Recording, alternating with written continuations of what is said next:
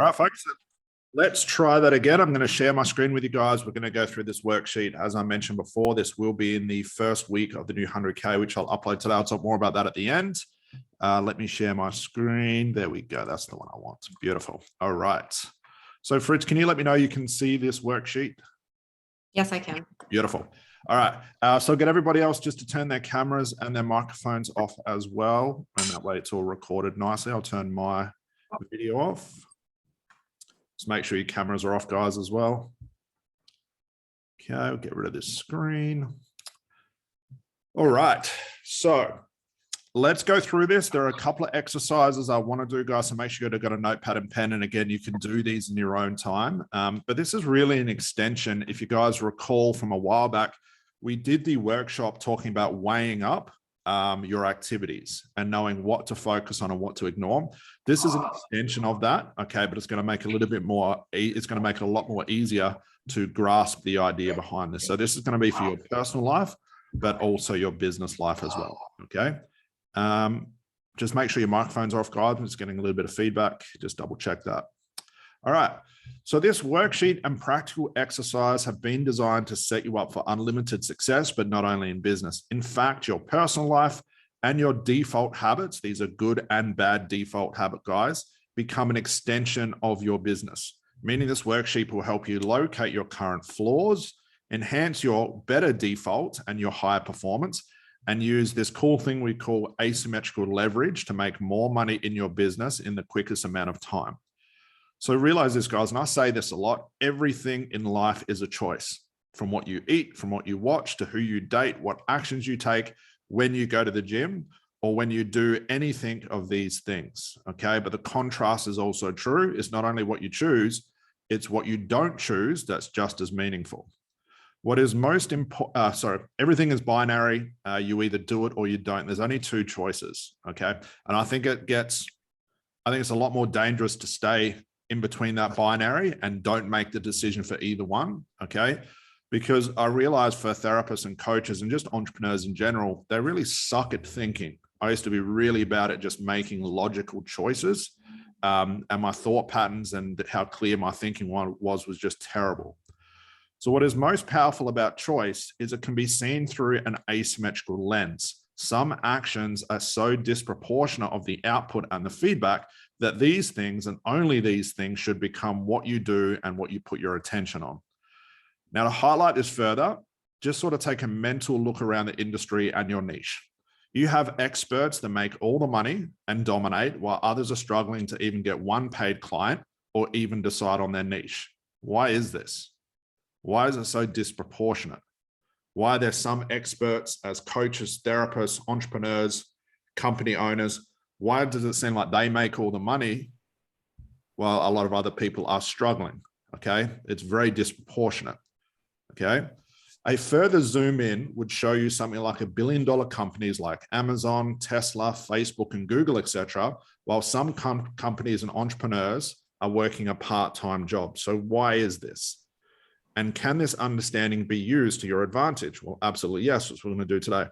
Every decision, bar none, I make in personal and business, I run through this model. It's really strange the way you do it, but over time, it'll help you make more asymmetrical decisions. So everything I do in my personal life, I run through this model too, even down to when I sleep, what I eat, what to ignore, what actions to take, where to put my attention, etc. And I want you to adopt this thinking so you can dominate that too, okay? So how does this look? Well, these are the 4 mental models I use all the time, from something small all the way up to, what accountant should I hire for my company that's going to save me on my taxes, all the way down to what pair of shorts am I going to wear to the gym, okay? It's strange, but over time, what this allows you to do is make more logical and conscious decisions. And as a business owner, this becomes your superpower. So these 4 mental models, which I'm going to teach you, are spotting what asymmetrical actions and choices that produce the largest outputs. Once we find those things in business and personal, what can we repeat, automate, or eliminate? So these are inside these asymmetrical actions. These are the 3 choices we have, and these are the 3 inputs and outputs. The first one is what I call the small amount of input that receives a massive output, which has quick feedback. These are the things we want to repeat, and we'll go down into detail and I'll show you what these look like. Number two are all the things you want to eliminate, which are massive inputs, very small outputs, very slow feedback, or even invisible feedback. We want to eliminate all of these things. Lastly is my favorite, which is sometimes a mix between small inputs and very long-term massive inputs, that the output of that is compounding. It has the slowest feedback with compounding growth. When we find these things, we want to build these things, we want to improve them, we want to iterate, okay? If you think of something like Elon Musk with the Tesla car, his was massive inputs that compounded over time to be the richest man in the world. Same with Amazon. Jeff Bezos started by delivering books and now is one of the richest people in the world. Small, sometimes inputs, sometimes massive inputs, where if you read, if you're lucky enough, and I'll post these in the group, guys, if you're interested, if you look at the letters to shareholders from Jeff Bezos, Amazon's company didn't start making a profit for 7 years because he had long-term thinking to dominate. That's the type of thinking we're going to have. Where if you look at most entrepreneurs and most therapists, their attention is on this. Massive inputs, small outputs, very slow feedback. And if there even is a minute bit of feedback, they ignore that feedback and keep doing the wrong things, okay? But again, I'll give you some context. These will make more sense.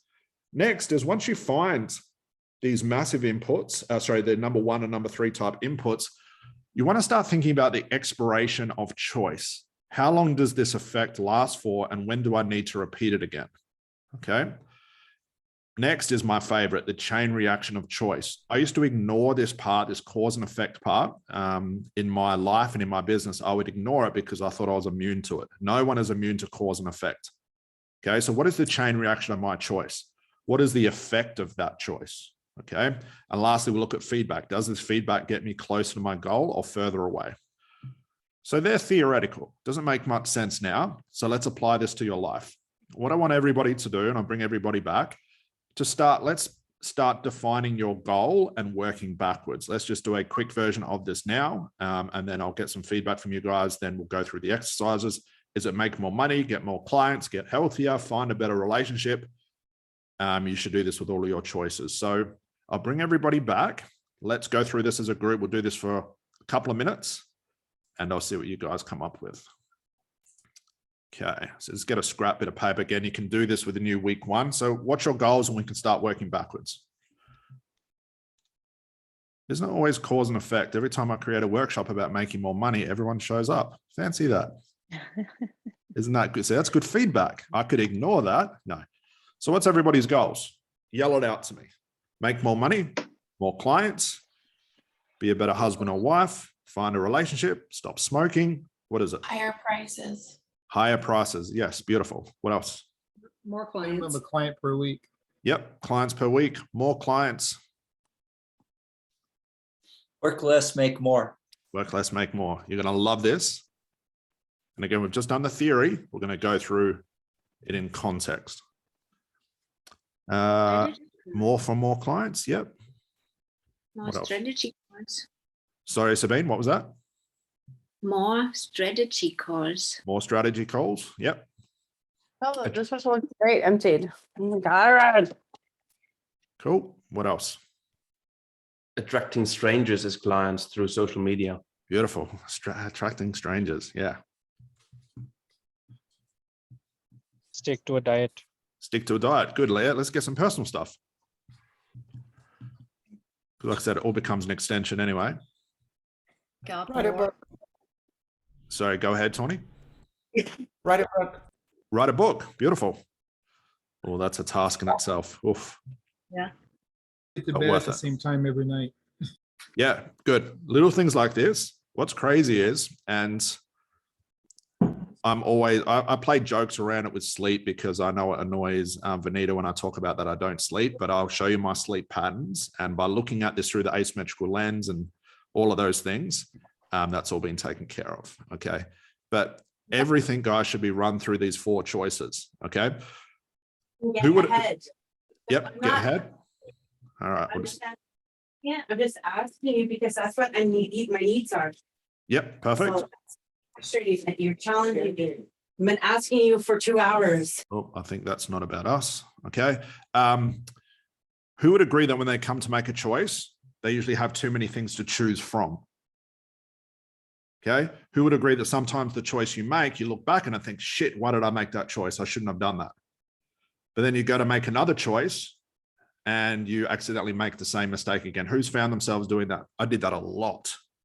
Okay. Who's found themselves in retrospect, looking back and thinking, oh my God, I've just repeated the same patterns over and over. Who's found themselves doing that? Okay. When your choices become automatic, that's when it gets very, very dangerous. An example of this is, let's say you're at a family function and without even thinking about it, you grab your phone and start scrolling on Facebook and don't even realize you've done it. It's like you've got no control over it.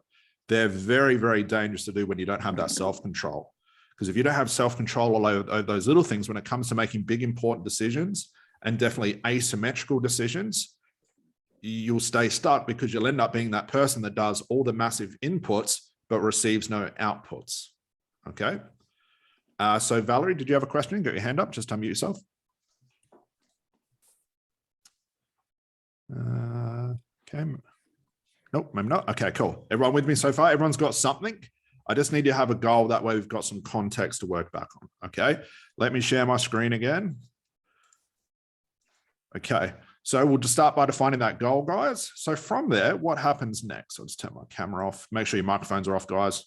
Let's look at weighing up your actions. Okay. We'll go through these as a theory, and then we'll start doing these as a practical exercise.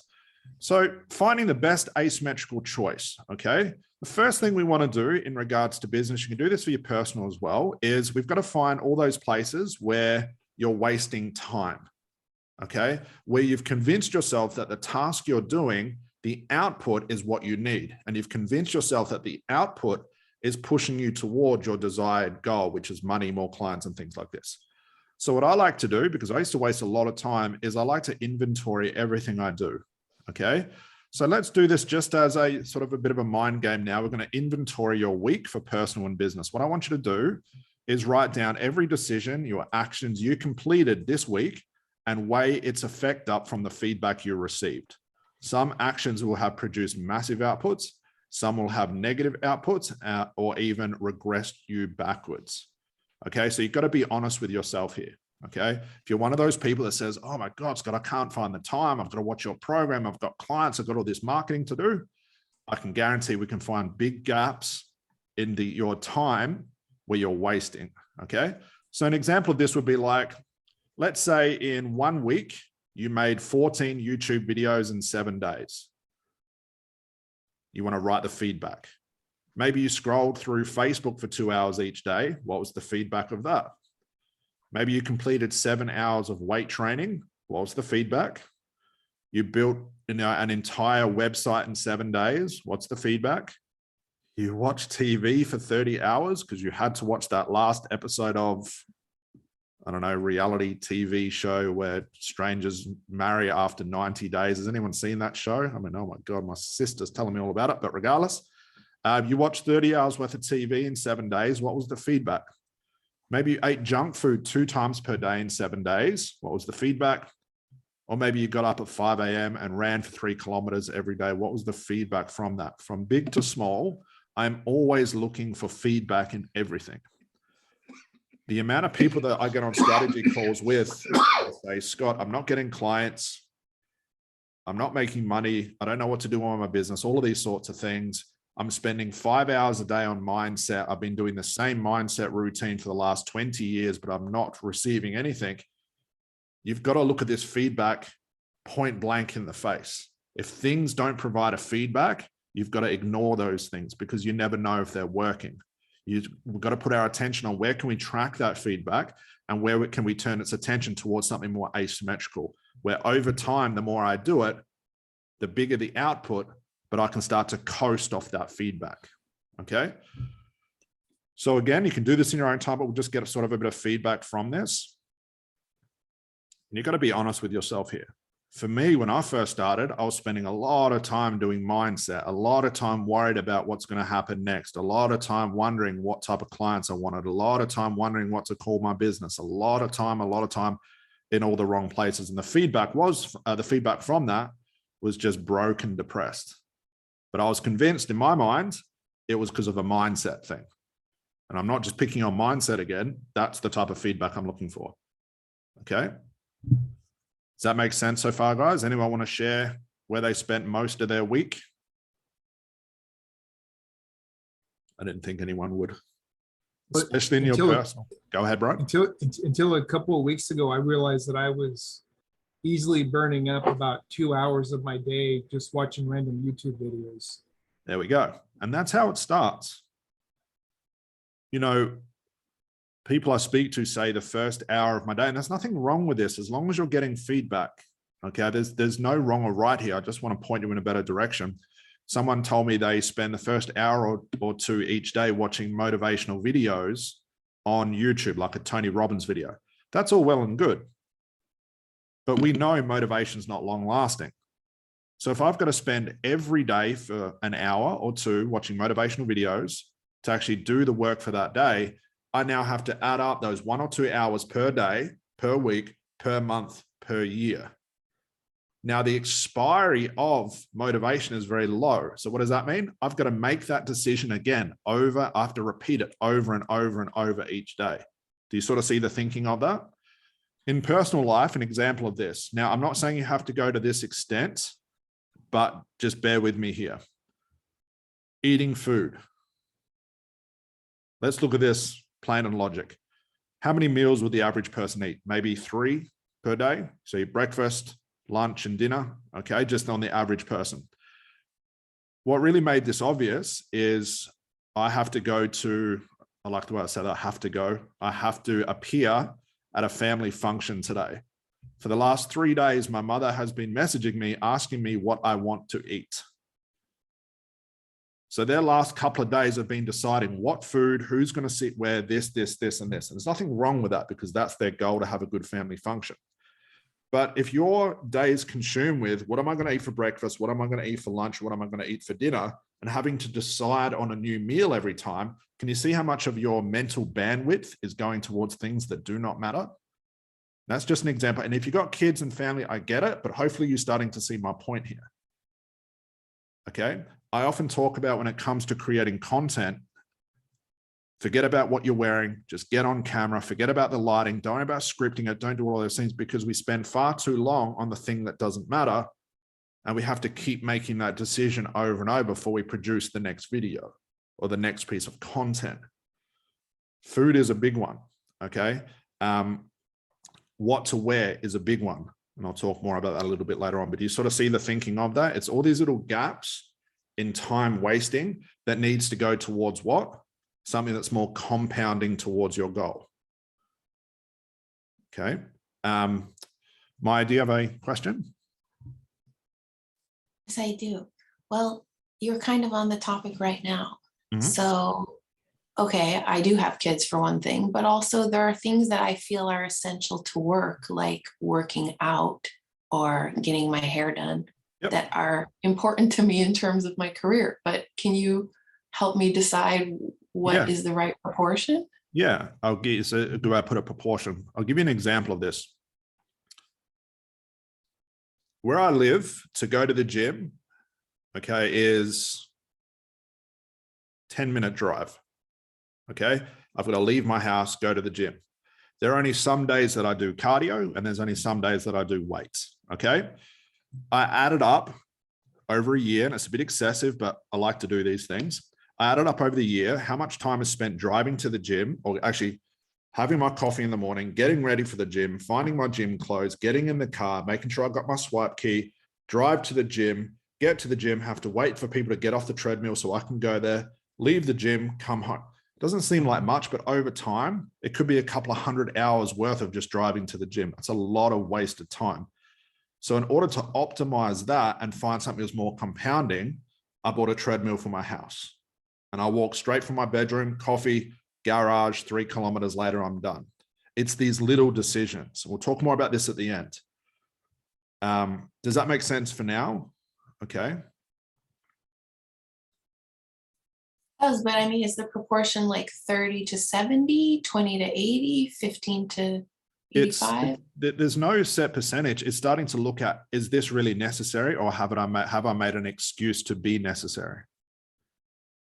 Okay. Again, when we get to the end, it'll answer that because we're going to look at your schedule and your routine. But does everyone understand this exercise so far? Inventorying what you do every week should always be an important step at the end of the week or every month to find out where you can optimize better time. Because we all agree, time's a big thing as an entrepreneur. We need more of it. Okay. So from there, we can inventory our week. And I'll give you more examples soon. Then we're going to start to look at one of my favorites is the chain order of consequence. Every action has a consequence, good and bad. The cost shows up in the second order, third, fourth, fifth, all the way up to the 10th. But most people make the decisions from what they experience in the first decision. Let me give an example of this. Let's say I eat junk food. Okay. The first consequence of junk food, you get that little sugar high, tastes good, it's pretty addictive, gives you in a good mood for a couple of minutes. But what's the second order consequence of eating junk food? Anyone like to yell it out to me? Put on weight. Crash. Crash, put on weight. Okay, so let's take those two. I have the lower energy, I have that sugar crash, and I put on weight. If I keep doing that every day, what's the consequence of that? Furthermore, maybe I start losing confidence. Depression, my body starts to ache, my sleep gets interrupted, and unfortunately, I start to crave more of those things. Do you see the consequence of that? Okay, the same thing is true for our business. Let's say, for example, I like to stay up late to watch a movie. Now, I'm not saying don't have your downtime, just be aware of the consequence, okay? So let's say I've got a goal to get more clients, make more money, spend my time more wisely. I stay up late and watch a video or a movie. The first consequence of that, I've got some relaxation time, I've got some fun, I've got some time with the kids.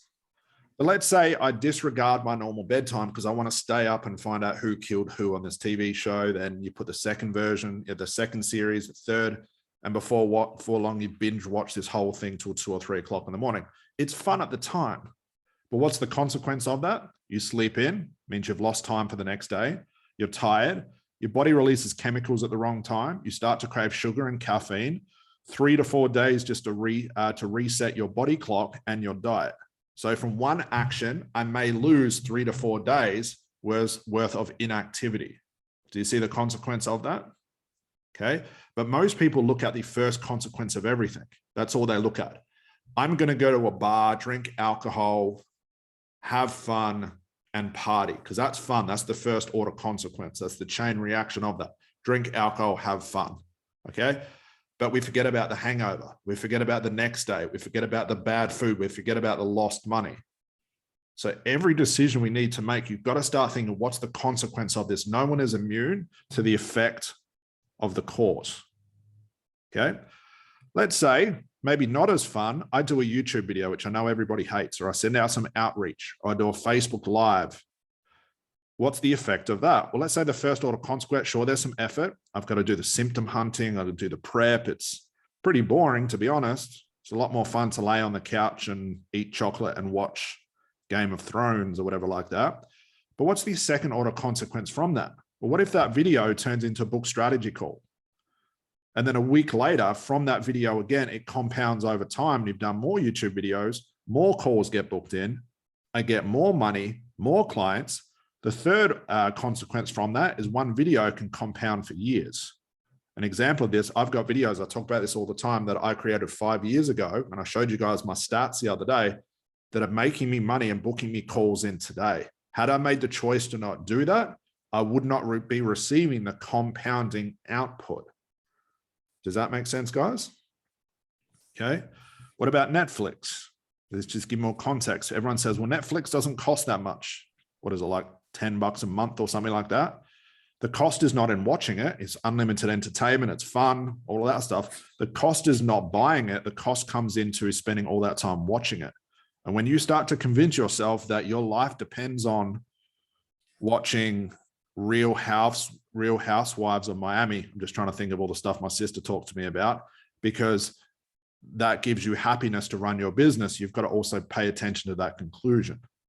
So sitting down watching TV, instead of doing the stuff you need to you need to do for business, hours watching TV, body not moving, junk food, late nights, distraction, that becomes the second, third order consequence we've got to start to pay attention to. This is an interesting one. Working with any clients at any low price. Again, make the decision. Sure, I get a client in for $100. Great, that's $100 in my wallet. I might get a testimonial, get some pride. Yay, this is finally starting to work. But what's the second order consequence of working with anyone at a low price? No one thinks about this. Extra support, possible refunds, the annoying question, the effects on your stress, a very small breakthrough, additional unpaid time with these pain in the ass clients, no MOS, et cetera, et cetera. Does that make sense, guys? Okay. Let's look at working with a specific client. Sure, it's harder to find them. You'll probably get more no's than yes at sales, hence why our prices have to be higher. Because our prices are higher, we're running this model, exactly what I teach you in the 100K, we get larger cash flow, more motivation, bigger breakthroughs, and we're running the business through the lens of the MOS. So what's interesting is the things you know you need to do, the very first effect is usually a negative one. It's not that fun. But the output is where the fun is.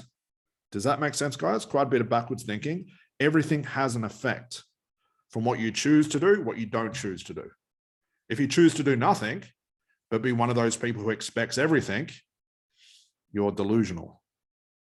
And you might need to go see a psychiatrist, because that's beyond my help. Jokes aside, but you sort of see my point. There are those people out there.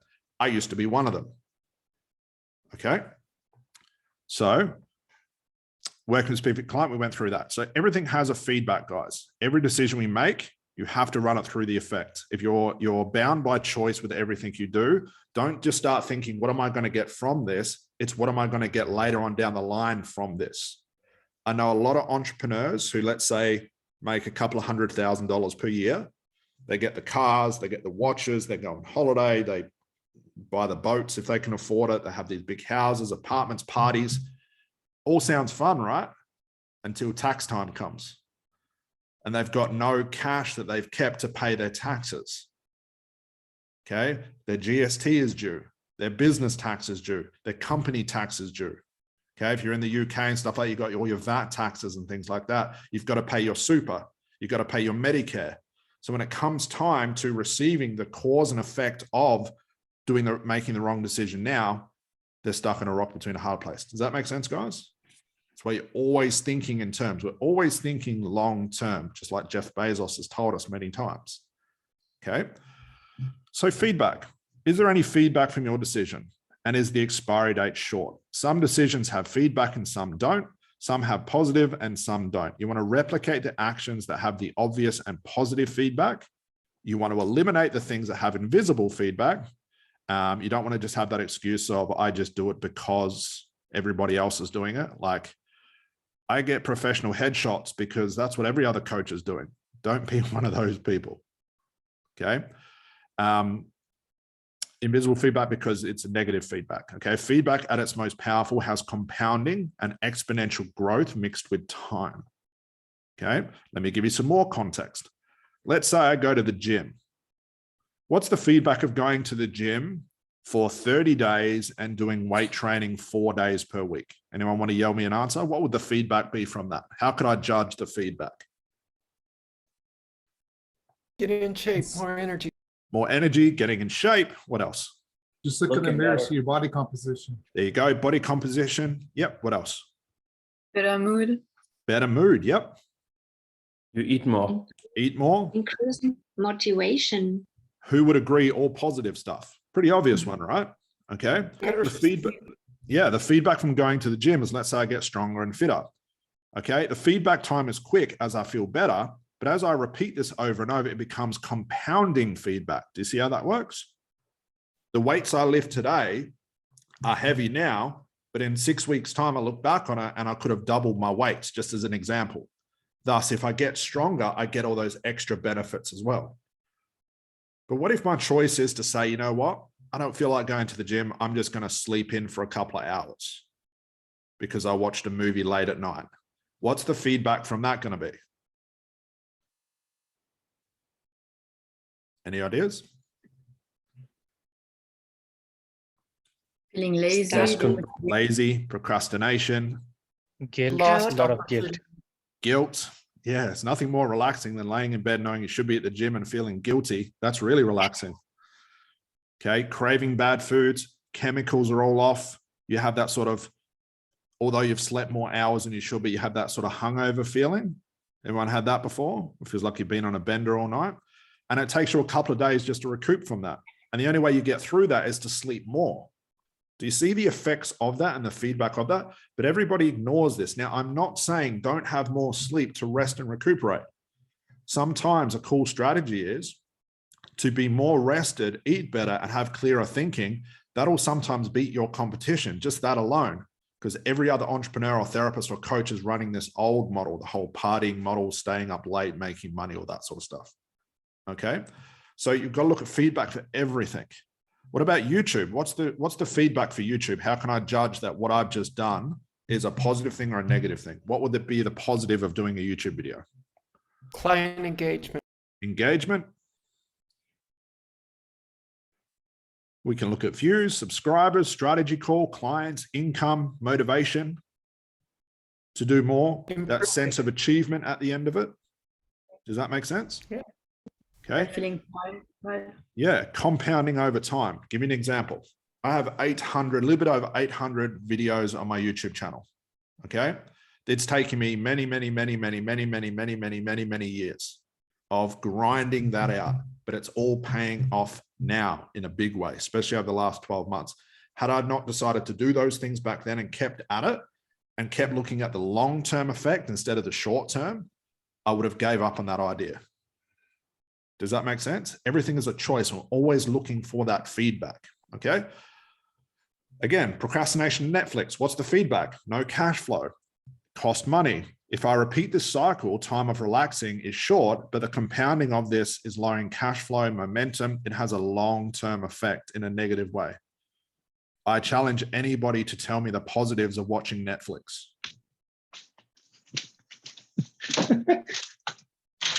Relaxation time, fine. Okay, I get it. But can you see how quickly you can just go over the edge and do it too much and start experiencing the effect of that? Okay. Virginia, do you have a question?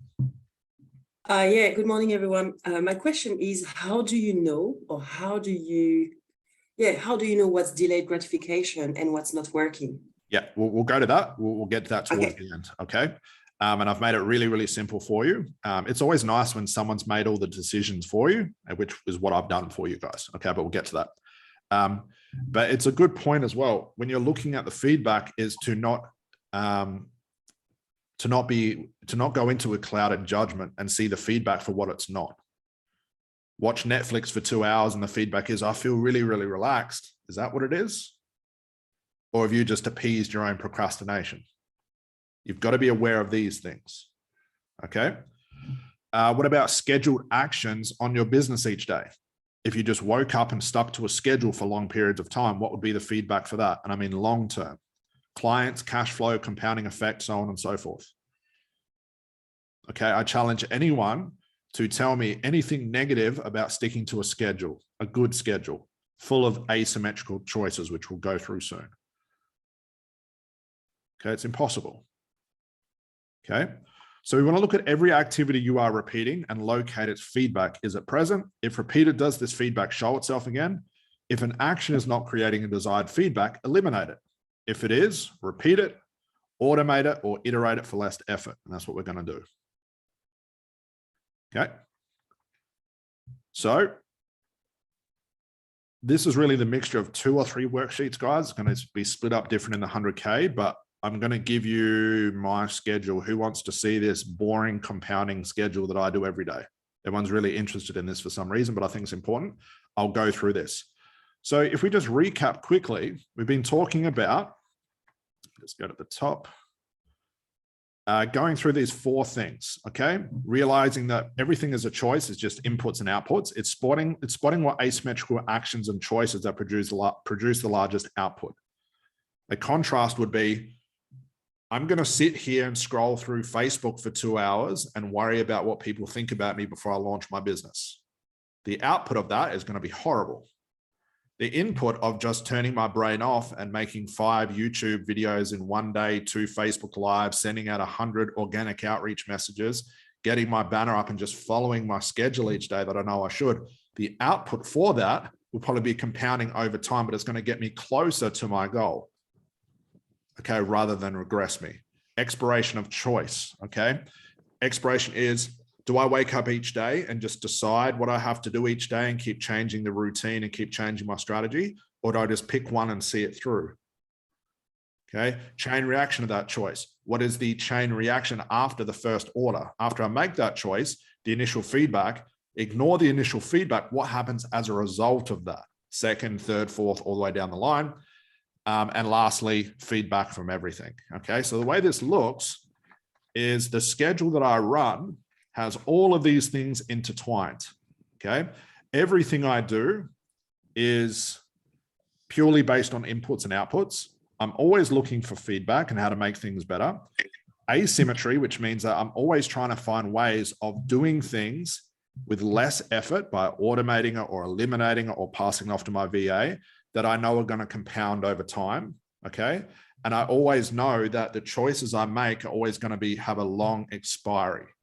I'll go back to the eating food again. So let's say I wake up each day, I go to the fridge and I wonder, what am I going to have for breakfast today? 15 minutes later, I have this. I eat it, I feel nourished. When do I have to make that decision again of what to eat? Probably in about 2 or 3 hours. So I go to the fridge again, spend another 15, 20 minutes figuring out what I want to eat it. 2 to 3 hours later, I've got to make that decision again. Okay. Seems arbitrary to do it this way. But what if there was a way to automate that where that thinking time of an hour or 2 wasted worrying about what food I'm going to eat, knowing that all my body needs is the nutritional value from it to digest and produce energy? What if I could find a way to just automate that and use that time elsewhere? Does deciding what you eat now and making a better decision that have a massive output on your business? Maybe an energy, but it's not going to be massively substantial. A contrast to this would be, where can I save money in my company? That would have a bigger output later on down the line. Sort of see my point there, guys? We'll talk about how we do this. So this is what I have, guys. You'll get this in the 100K, but I'll also, with the 100K one as well, is I'll give you the entire day schedule, like what to do each day, when to post. That's all in the 100K as well in a clearer form. But here's what I mean. I want you to see those 4 mental models in this. Okay. I stick to the same routine every single day because the feedback of that is positive. So I get up at 4 a.m. I wake up. I have an apple cider vinegar drink with some lemon, okay, just for digestion, because I found I got a really bad digestion. So I had to find that out through feedback. I have a coffee and I'm ready to go. 4:30 a.m. I go do cardio for an hour. I'm not going to break this routine. I know that if I sleep in once, it's going to take me about a week or 2 to get back into it. That's my type of personality. That's unfortunately the way I do things. So, and I have to stay on top of these things, okay? I have a treadmill in my garage to optimize my time.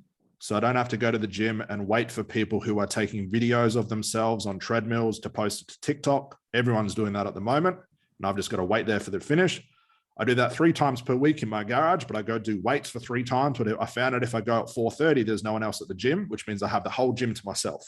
If I go at 7:30, I've got to wait for machines and it takes too long. Okay. From there, 5:30 a.m., I shower, get dressed. I'm home by then. 6 a.m. is my first round of what I call asymmetrical posting, which you guys will get in the 100K with all the repurposing and all that stuff. While my breakfast is cooking, I eat the same thing every single day. I'm not saying you have to go to this extreme, but I just want to show you where these choices come in.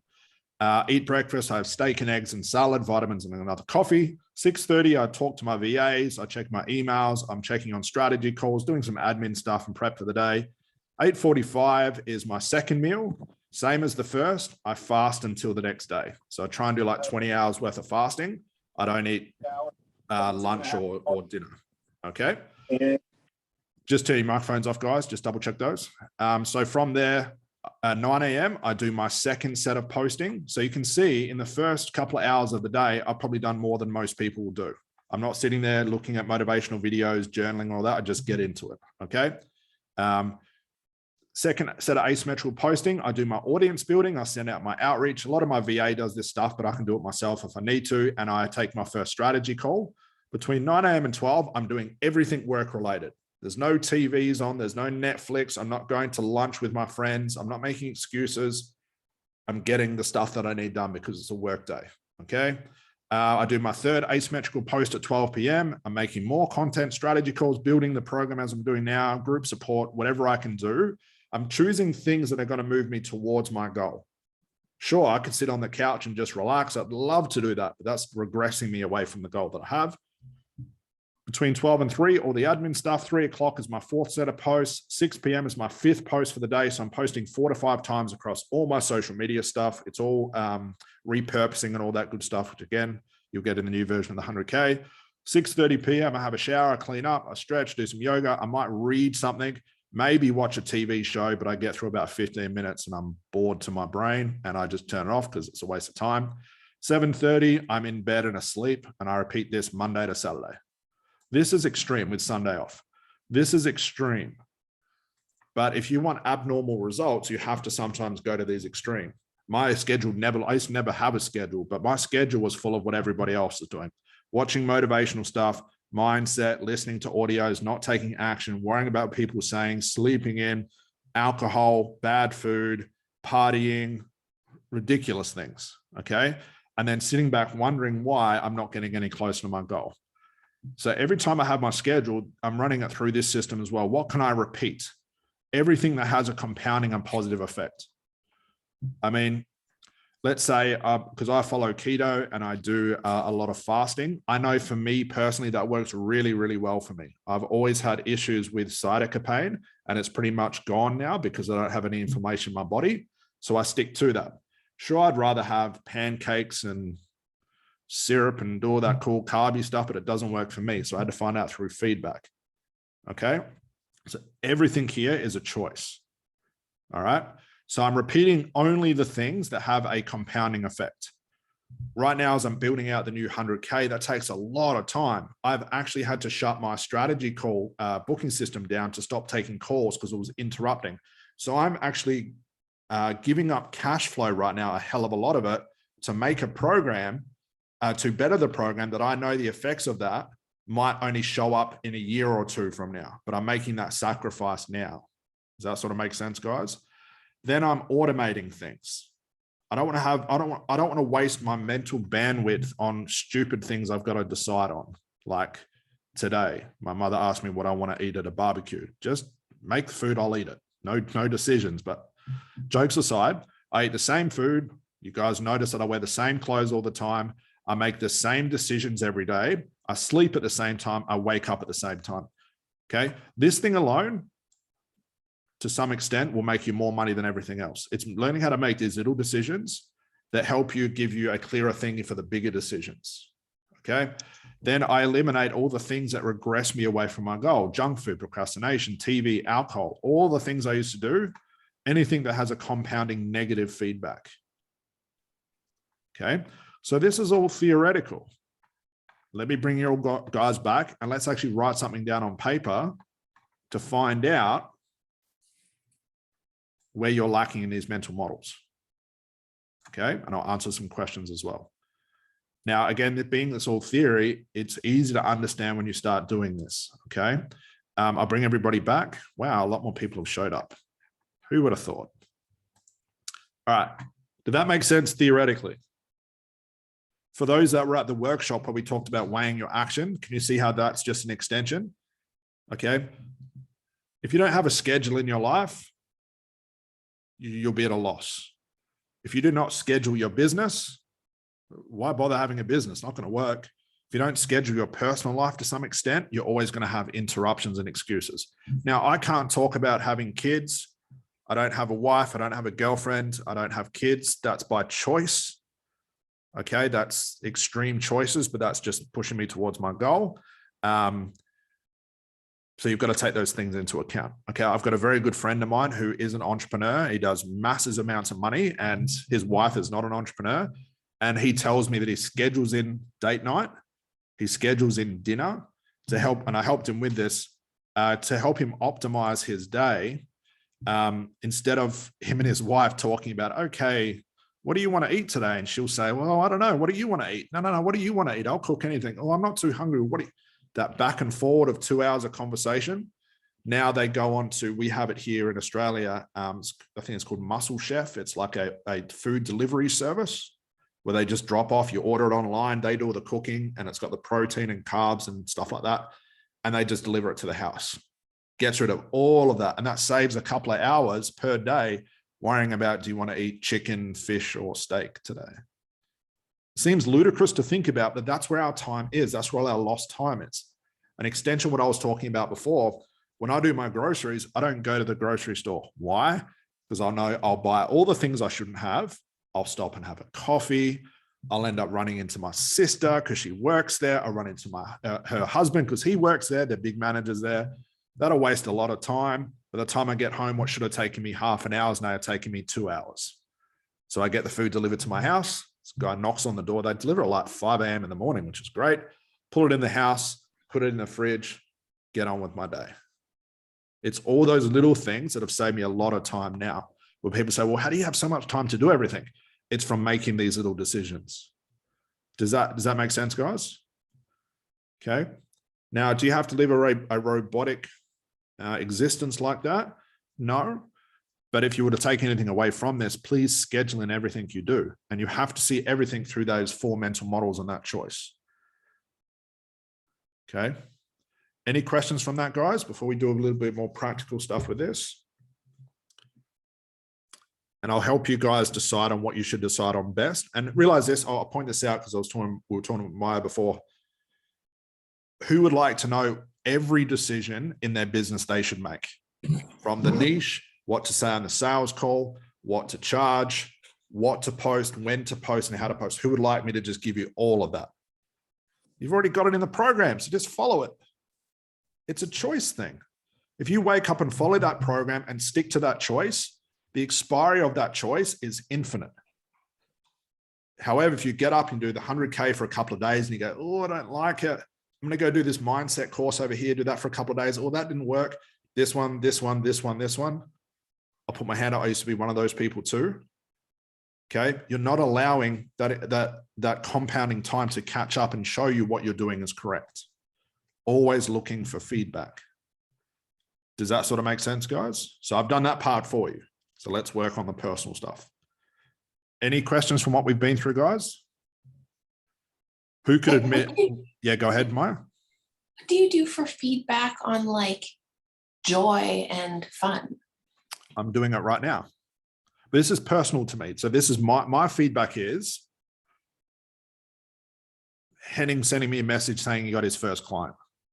That gets me ecstatic. Sarah telling me she bought a house. Vinny telling me he made $4,000 a week as a stop smoking therapist. That's joy to me. Sitting with my accountant is boring as hell, but seeing what I've achieved is extremely exciting. That's what keeps me up at night. Getting to the end of the year where I can have like a Christmas break with my parents and everyone's having fun and all that, sitting back thinking, wow, I stuck to something. My biggest flaw was I used to suck at sticking to things.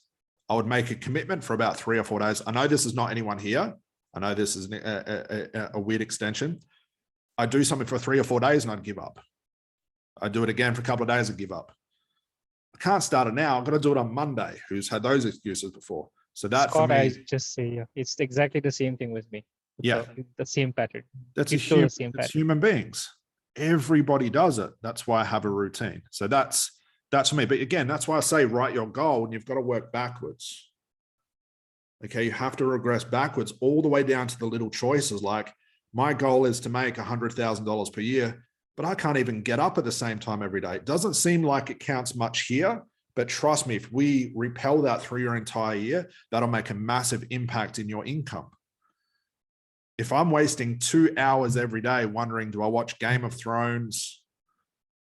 I don't know what other TV shows, let's say 3 or 4 other TV shows are making an argument about what I'm going to watch and all of this stuff. That's a lot of wasted time. That's a lot of mental bandwidth going in the wrong places. I know that we only have a limited amount of mental acuity. So why would I bother choosing what I want to eat instead of where can I save money in my company? What's a better way I can save on my GST? How can I improve the 100K coaching program so my students get a bigger output, knowing that I've got to do all the massive work required for them? Do you see the thinking in that? I could have left the 100K the way it was, the way that I designed it 6 years ago. It was terrible. But I would have been like most coaches then who make one program and just run it to death and it doesn't do anything. Okay. Always iterating these things. And that comes at a risk, that comes at a choice, but also comes at a sacrifice. Does that sort of make sense, guys? That's that long-term thinking. Does that help, Maya? But everybody's different. You have to run this through your model. I'm not saying do what I do. I'm just saying this is my thinking patterns. Does that make sense, Maya? Okay. Who would agree that there's a lot of wasted time and mental bandwidth in all the wrong places? Be honest. Everyone has them. I still have them. I'm still trying to work them out. Who is still, it's an important one. Who is doing something right now that has absolutely no feedback, but you've convinced yourself you have to keep doing it? That's a huge one. Okay. So if that's the case and you're not getting the feedback, and we'll define what we mean by feedback, you need to eliminate that thing. Okay. Get rid of it. Do something else, optimize it. If you can automate it and pass it off to somebody else, that's also good. So let's define what we mean by big or small feedback. Well, looking in long-term vision for a company or a business, it's always looking at the little things pushing you towards the right place. Most therapists and coaches, entrepreneurs, we're always after that first order consequence of the decision. If I do a Facebook Live, 50 people showed up, that means I'm successful. No, it doesn't. What's the cash flow result of that? That's how we define that success. Did you get a client from it? It's eating the sugar again. We eat sugar, we get a spike, it feels awesome, then we crash. And then we have to eat it again, and then we crash. Does that make sense, guys? Long-term thinking is tough in any business or any company, especially when you're first starting out, because we put a lot of pressure on ourselves that this has to work immediately. But as I've said all along, and I say this in the very first video of the 100K, compounding interest, compounding momentum. The things you do today will show up tomorrow, and tomorrow might be a year from now. Does that sort of make sense, guys?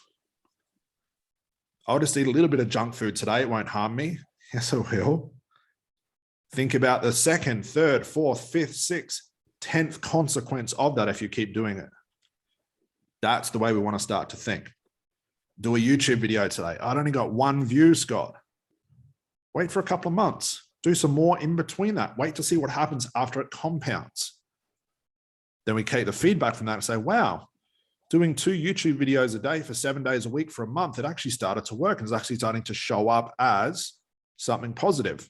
Well, I can either choose to do it again, or I can ignore that feedback and think it's my inner child is upset again. Jokes aside. Does that make sense on the decisions, guys? Any questions from that?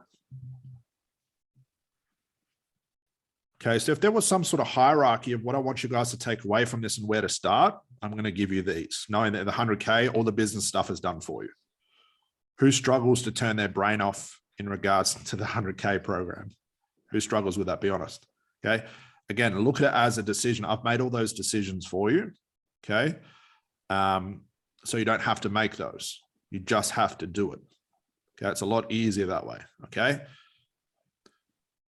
Hierarchy of where I think everybody should start. Who goes to bed at the same time every day?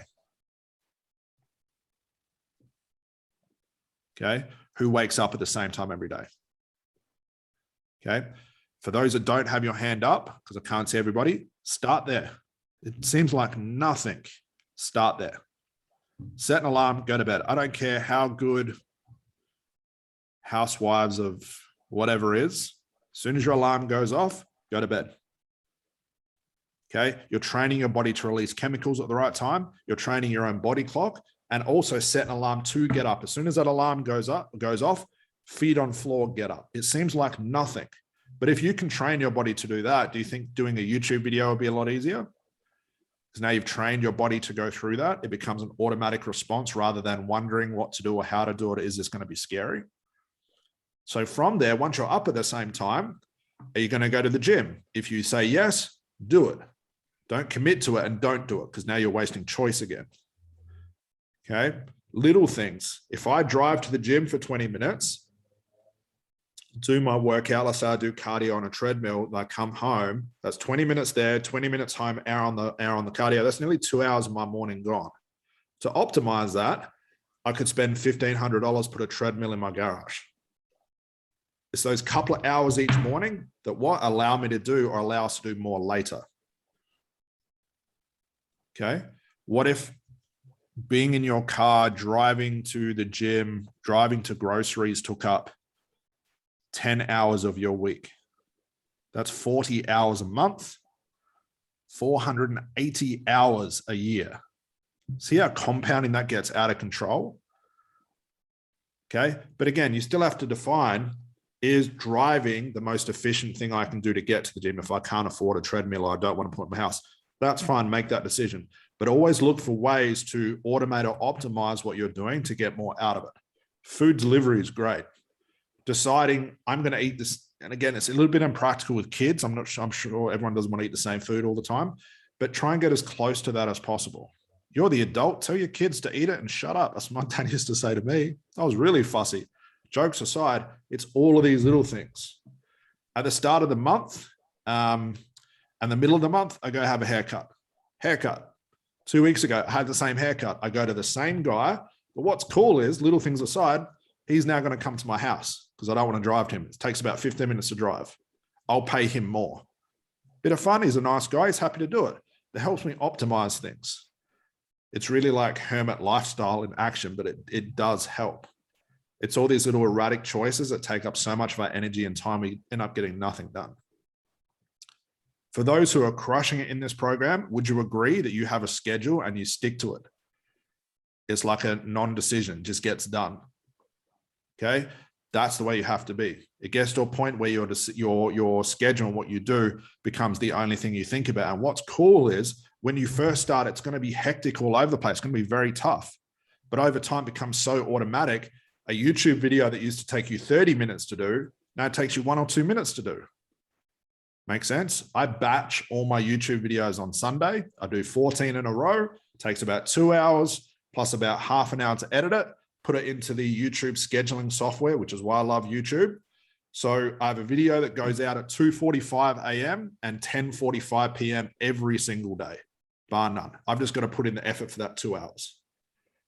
So what does that mean? I can now double my input. I'm actually sleeping when the first video goes out, but when I wake up, I've already started my social media, haven't even been awake for it, but I had to make the choice. Do I want to sacrifice something now so it has a payoff later? Does that make sense? Okay. And yes, you can sacrifice TV shows. You should. Yes, you can sacrifice having coffee with your friends and family. You should. Okay. Unless it's really, really integral to maybe your mental well-being, which is fine. I've got no problems with that. But just be very careful of the reasons why you give pointsy to things. Any questions from that, guys?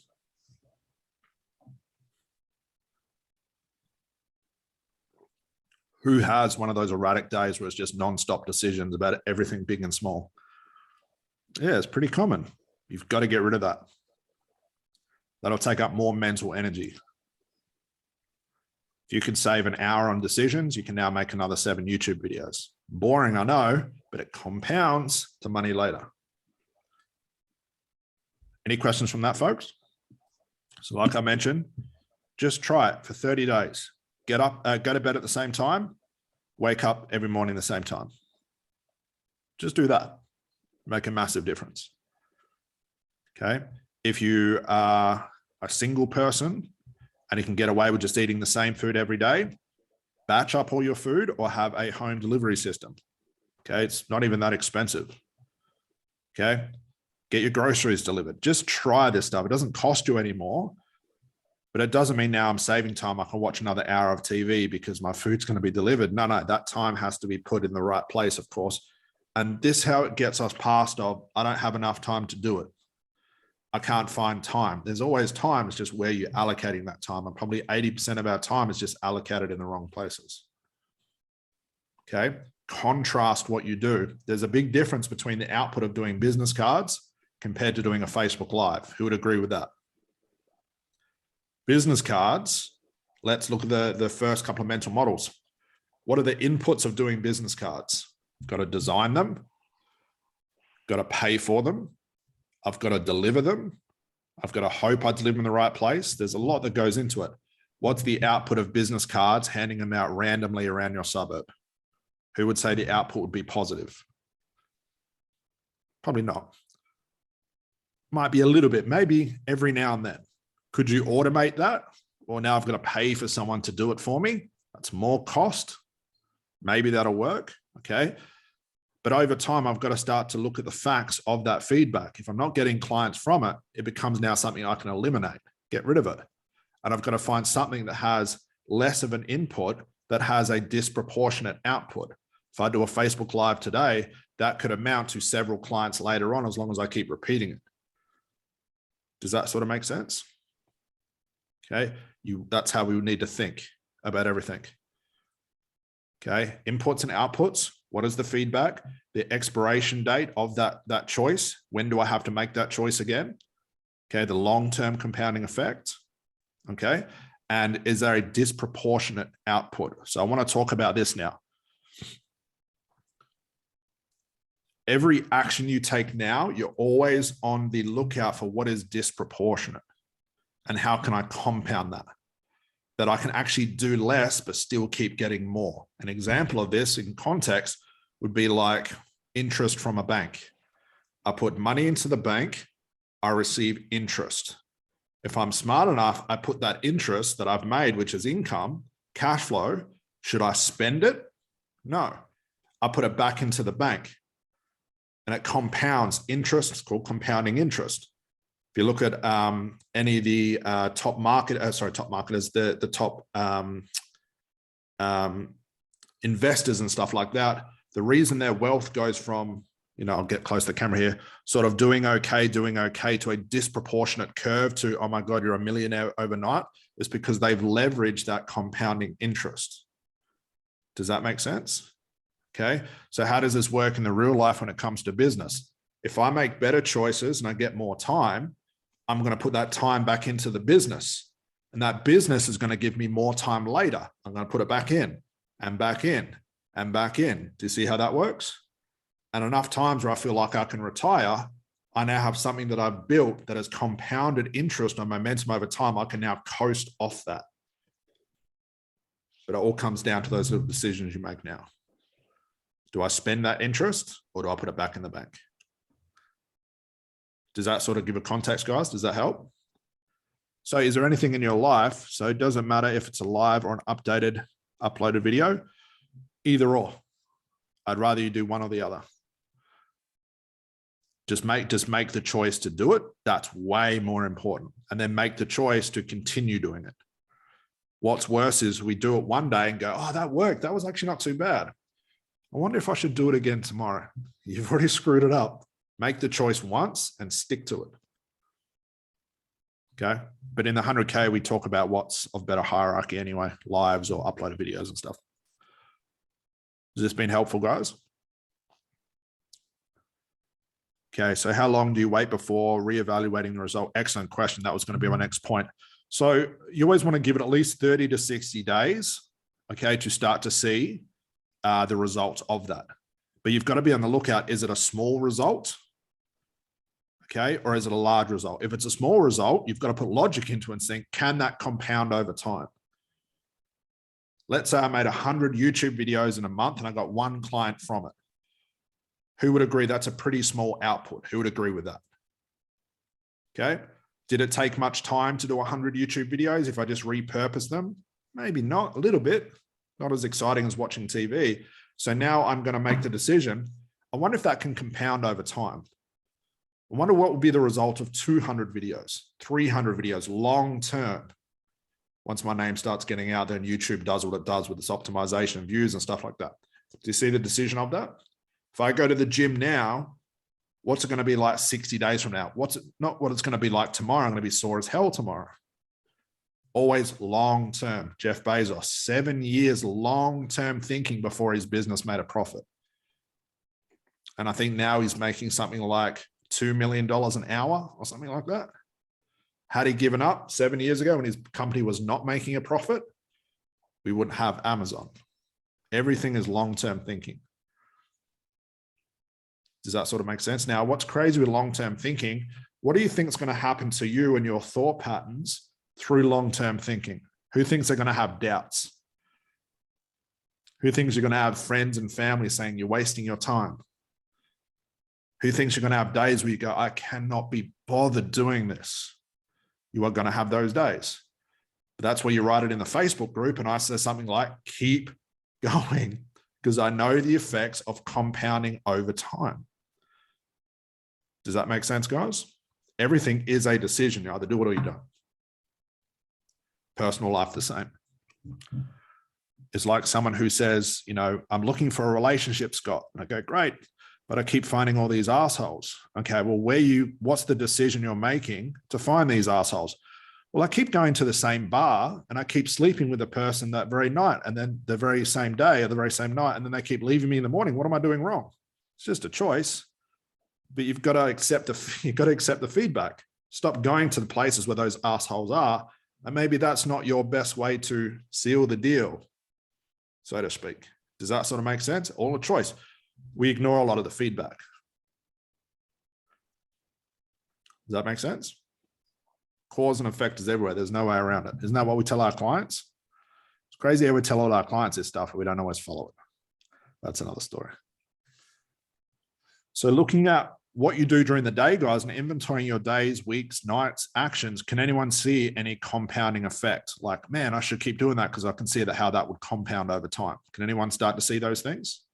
Can anyone also start to see where I'm wasting a lot of time making ridiculous decisions on things that will have no effect on my life, that I have to make the same decision 2 hours later?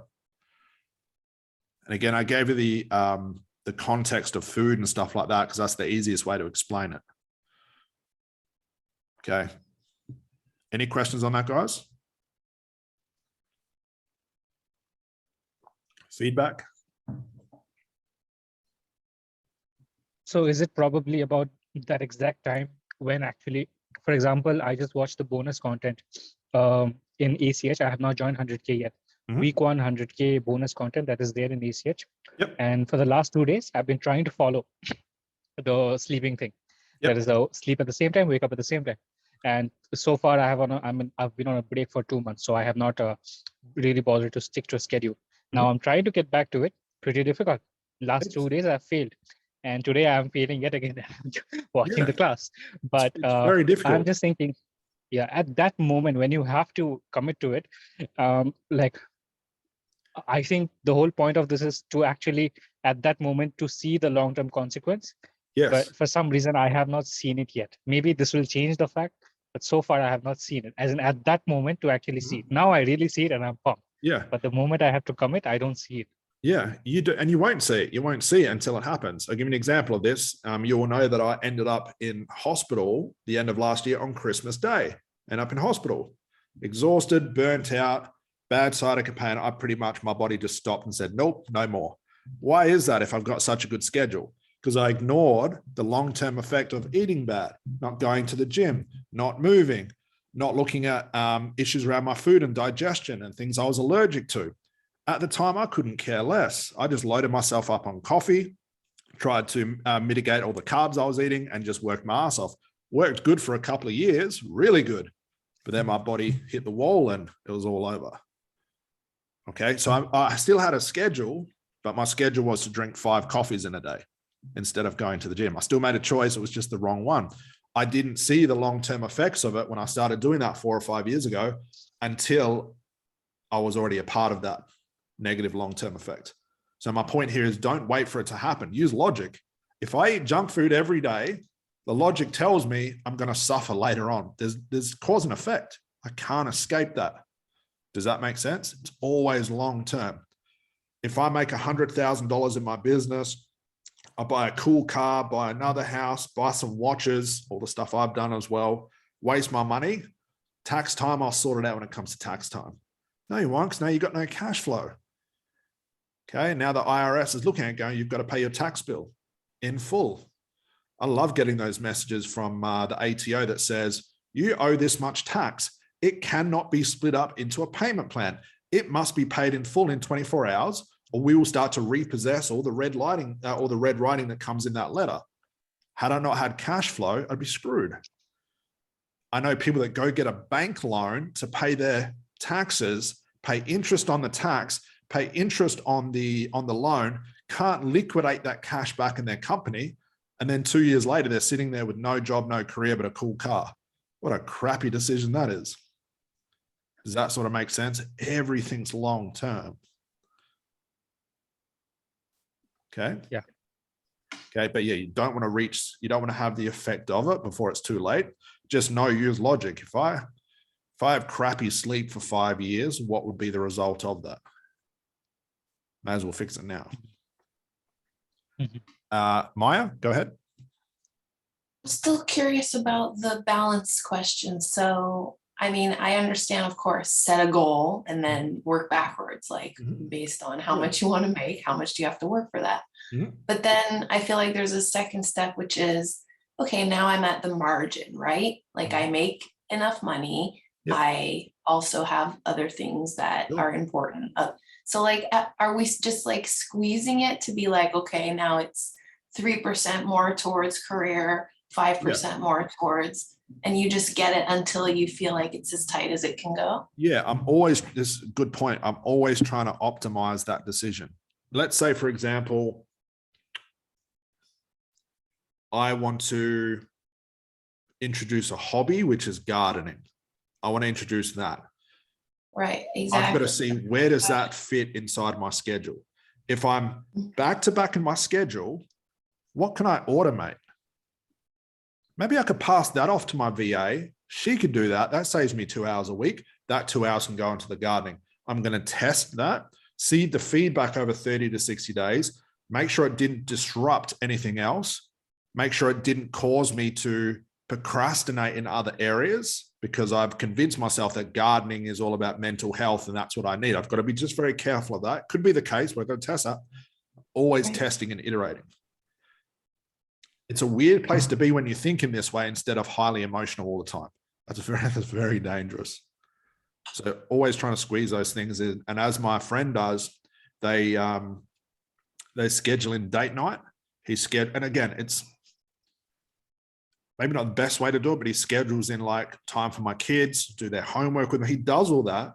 But as obtruse as it sounds, and like that doesn't sound very loving towards his kids, it actually works better, because when he's spending time with his kids, really, it's more important. Then they can expect it too, instead of when you're going to be giving them attention. I definitely think scheduling that is helpful. Yeah, and the feedback from that, he says, like when I'm on date night, I'm more connected because I'm looking forward to it. It's not just some random thing that shows up, because then it becomes, let's just go, because now it's Thursday night, we're going. I've had a great week. I want to celebrate with you and connect with you as much as you do for me. Let's look forward to this. Does that sort of make sense? Okay. Henning, question?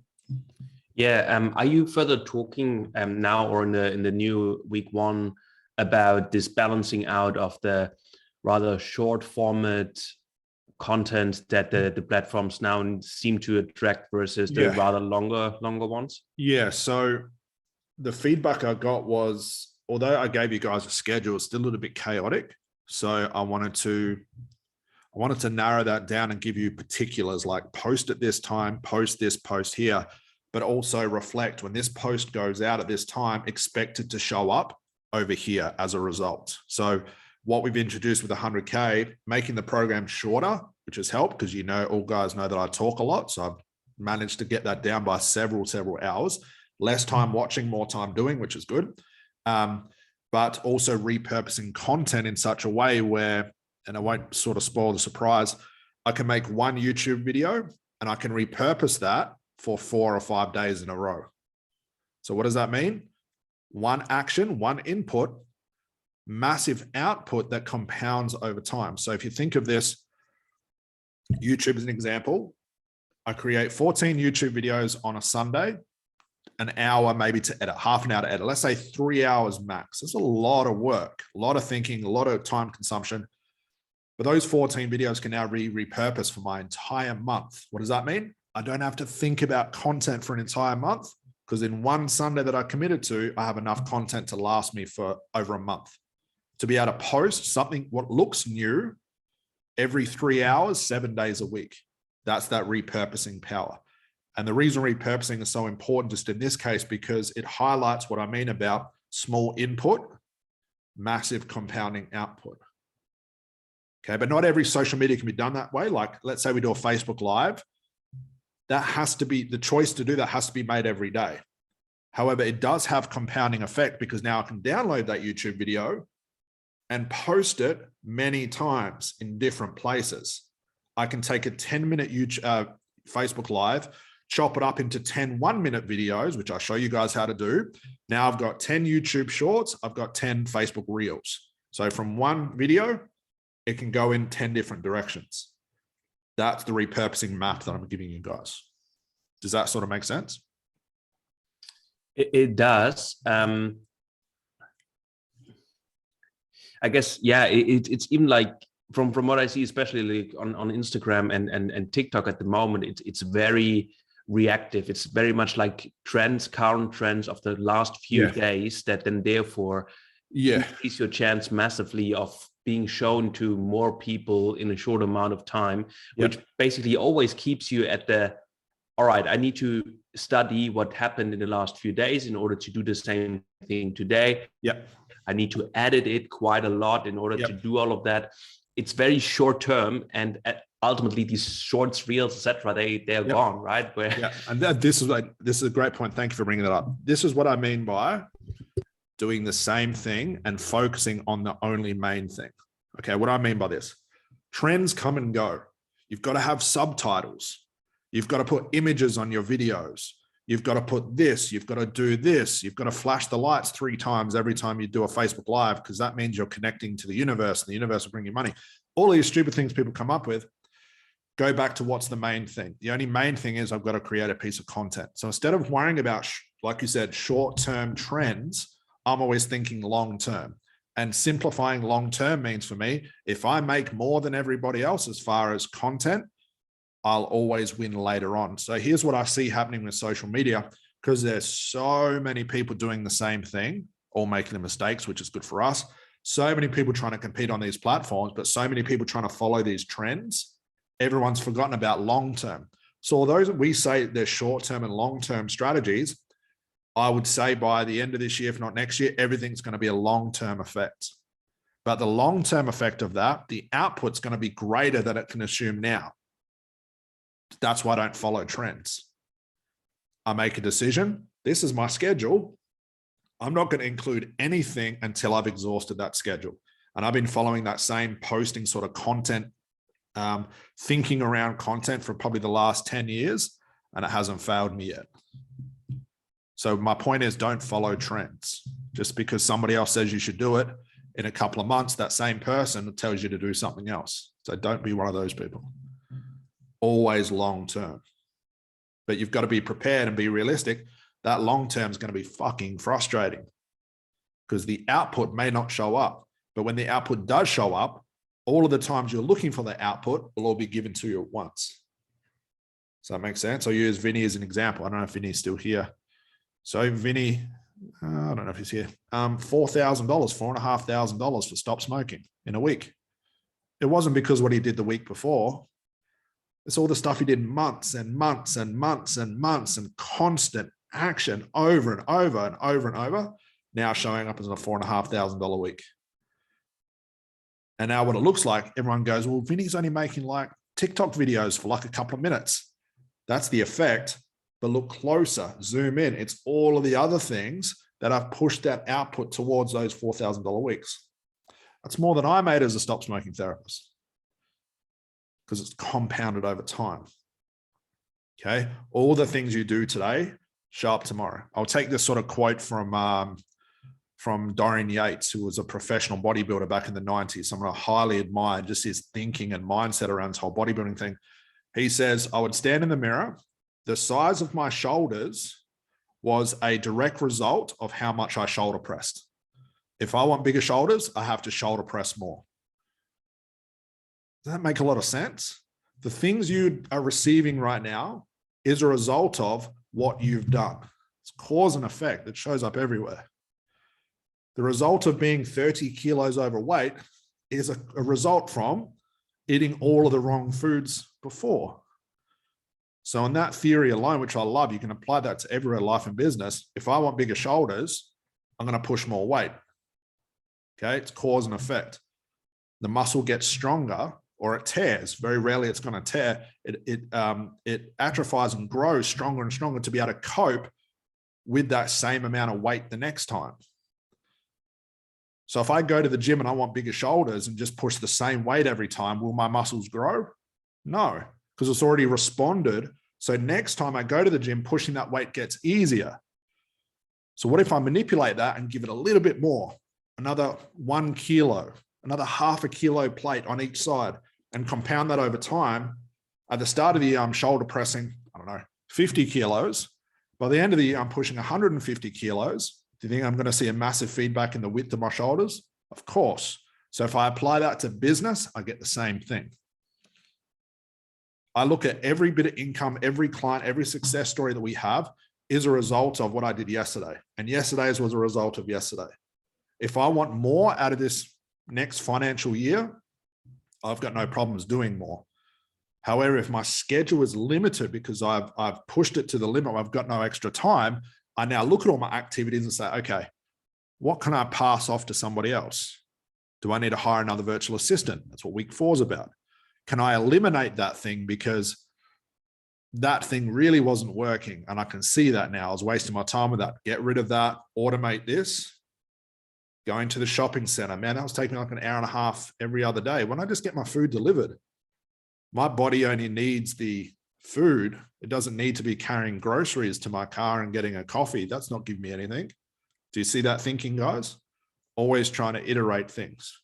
You want to get it to a point where everything you do, let's say Crystal wakes up in the morning and goes, wow, I can push one button and that one button turns into an extra 5 clients.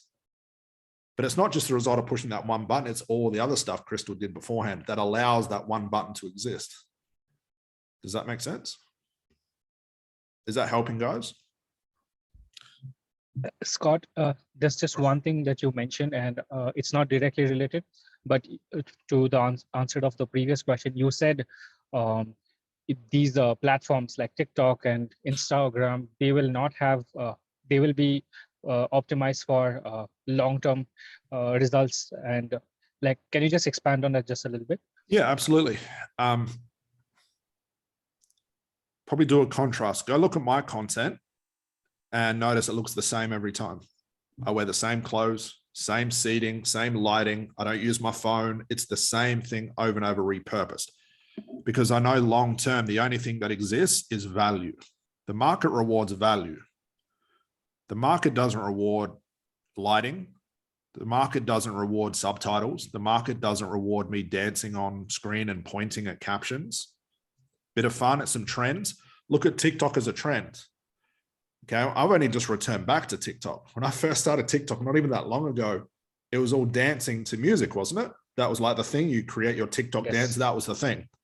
Unfortunately now, has anyone noticed what's happening with TikTok now? What's the main trend?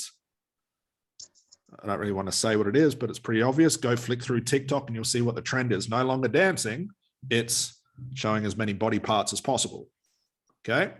It's the woman eating the pizza that I saw the other day who was, you sort of see where I'm going. Okay. Less clothes, more body parts. That's the trend right now. If I follow that trend and I've done the dancing trend, what's next? Like, pardon the bad pun, like having sex on TikTok. Is that the next trend? Is that what it's going to be? So I'm not following trends. I'm keeping the main thing, but also realize as well, I don't want to be, or I want to ignore likes and shares and flash. And I want to know, sure, someone's got 1 million followers on TikTok, but has that been monetized? I can't tell you the amount of coaches and therapists I talk to. We've even got some in the program right now. I won't say their names. A couple on this call, actually. They'll know that's them I'm talking about, who have 20,000 subscribers on YouTube. That's a bigger subscriber base than me. Have hundreds of thousands on TikTok, have hundreds of thousands on Instagram. Why are they in my program? Because they're still working a full-time job. What does that tell you about the numbers? You have to ignore those things. I'm looking at feedback. The only number I'm looking at is cash flow. That's the metric. So to sort of bring it back to the point I want to make for your question, trends will show up. Keep the main thing the main thing. When all trends die down, what's the only thing that exists? It's the 2,500 videos that Sarah Baccaro has on her YouTube channel. That's the only thing that's going to exist. And it's keeping the same thing the same thing. I could look at Sarah's videos. I could look at Vinny's. I can see it in Fritz's videos now. It's the same concept. Value, value, value, value, value, value, value. It's not subtitles one day, this the other day, dancing. That is just constant value. And that value comes from what? Answering clients' common questions. Does that make sense, Kisha? Yeah, it does. Okay. But again, what's everybody else doing? That whole trend thing. There's nothing like seeing, there's nothing wrong with it, bit of fun, but it's nothing like seeing like a 65-year-old psychotherapist dancing on TikTok with, if her goal is to get clients. Jokes aside, but you sort of know what I mean. You can do it, that's fine. And look, hey, if TikTok starts rewarding people dancing on TikTok and it starts to bring in good cash flow, trust me, I'll add it to the program because I'll be doing it, but I have yet to see the feedback from it. No one can prove that to me. Okay, always long-term. And a good thing about long-term is you can find really creative ways to schedule things in. YouTube is brilliant for that. Their scheduling system is fucking awesome. Never misses a beat. It's cool to be able to wake up at 4 a.m. when I have a YouTube video that I created a couple of days before, go live with the description, the title, the tags at 2:45, because 3 p.m. is when a lot of my potential customers are online. From that video, I wake up to a strategy call booked, or a couple of people have joined my program because of that video. But that video for a couple of weeks only has 20 views, 1 like. So I'm always looking beyond just the first order consequence. Okay. Rather than I'm going to try and make a video purely for entertainment. Entertainment does not mean cash flow. Is that thinking making a lot of sense, guys? Yes. Any other questions from that, guys? I have one.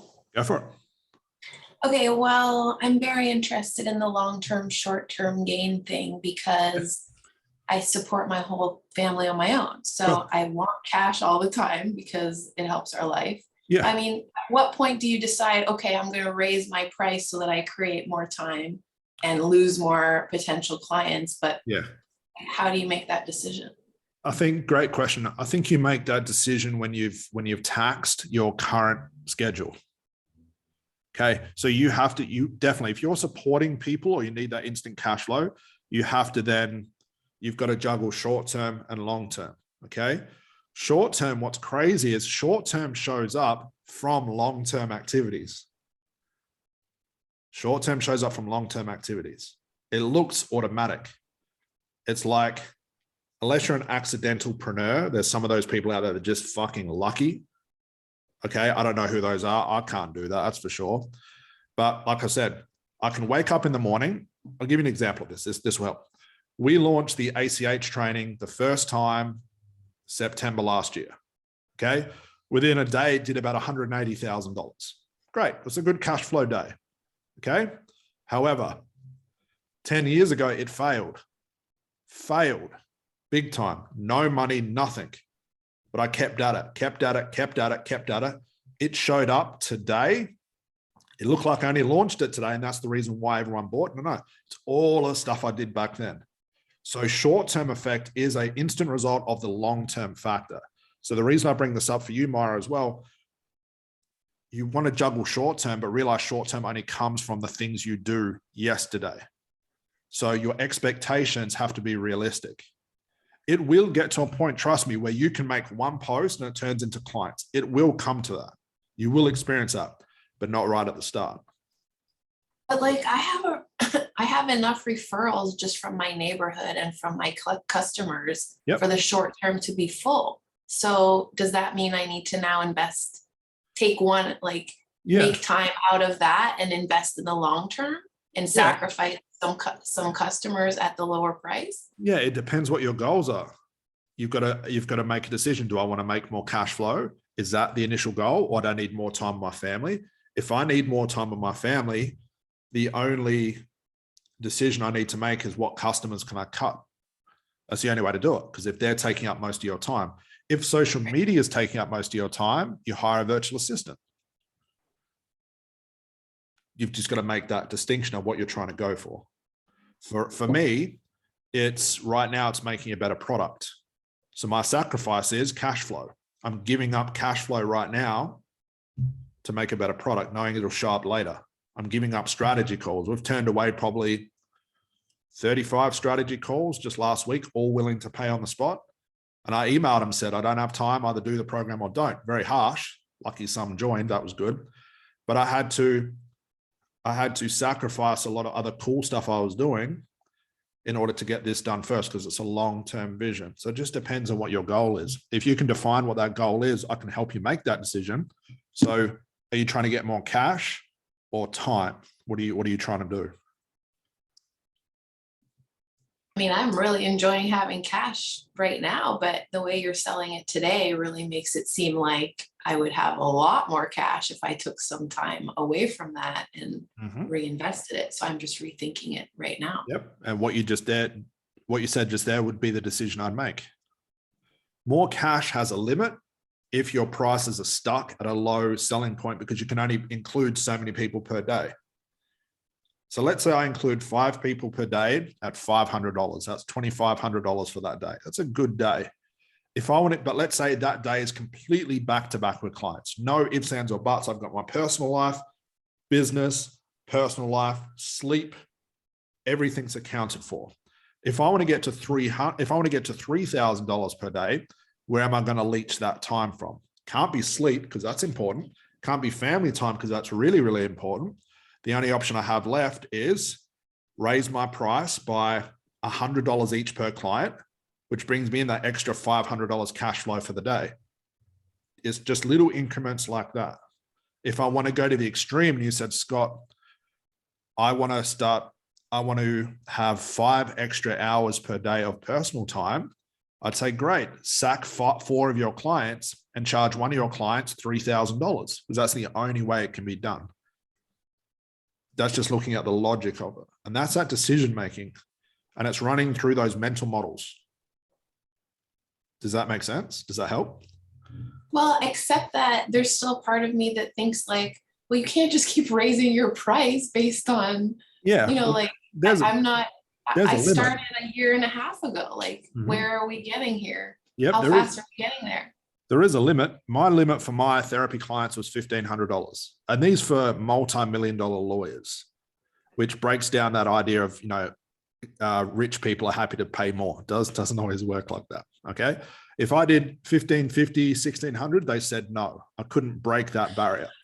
But what's crazy is there's a couple of students in the program who charged $2,500 for the same work that I did.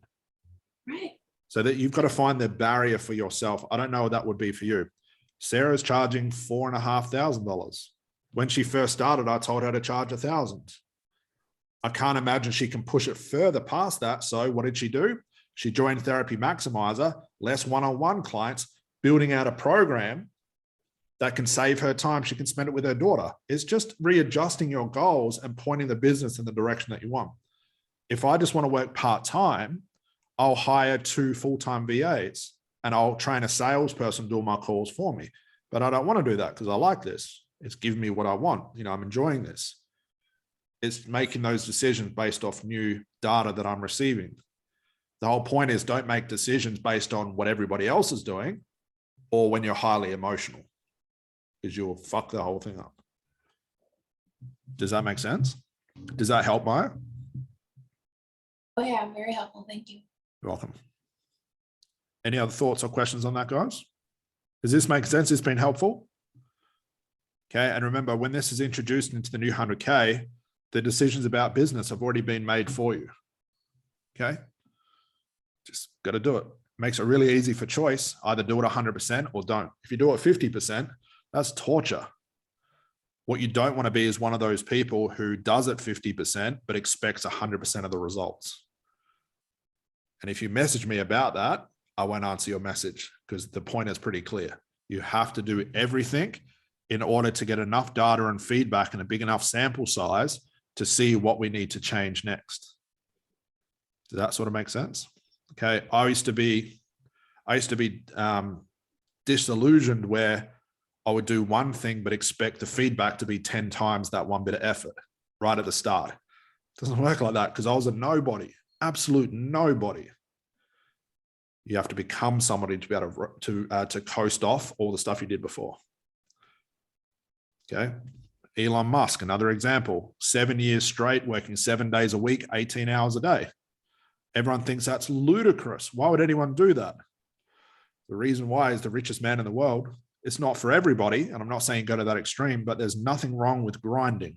There's nothing wrong with just doing the work. Okay. When is it going up? So it'll go up. I've got a strategy call in half an hour. And then my day will be putting it ready to go. So everything's pretty ready. It ideally will only take to the end of the day, which is about 9 a.m. my time, probably finished by 3. It's all ready to go. But the whole idea behind it, which I ran through these mental models, was the feedback I was getting from you guys. Although a lot of people are making a lot of money, spending far too long watching the content, and that's my fault. Okay, I'll take responsibility. So I've made it shorter. And instead of talking so much and lecturing, I just tell you what to do. I don't think you have to care why it's done this way. I'm sure no one cares. I care because I enjoy it. But everyone's like, shut up, Scott. Just fucking tell me what to do. So we've just done it that way. Thanks. Look forward to it. Yeah, I think the first week we shaved off about 3.5 hours of me just talking. Sorry, folks. Okay, but it's a lot easier. The slim version. Any other questions, guys? Will we still have access to the old version or it's gone completely? Yeah, I'm just going to take the old version down. I'll still have it. It covers all the same content. You're actually getting taught more, especially with this new 4 mental models. You're getting taught more. It's just not taking as long to sit through it all. I was really excited to teach everybody my theory about social media. Then I realized, hey, no one cares about that stuff. Just show me what the hell to do, Scott, and give me a schedule. That's all anyone wanted. So that's what you guys are going to get. Make sense? Yeah. So I have to drop off. Yep, no worries, 20. So just hang out in the group. 20 at some point today. I'll make an instructional video, guys, of what the changes are and what I recommend everybody should do.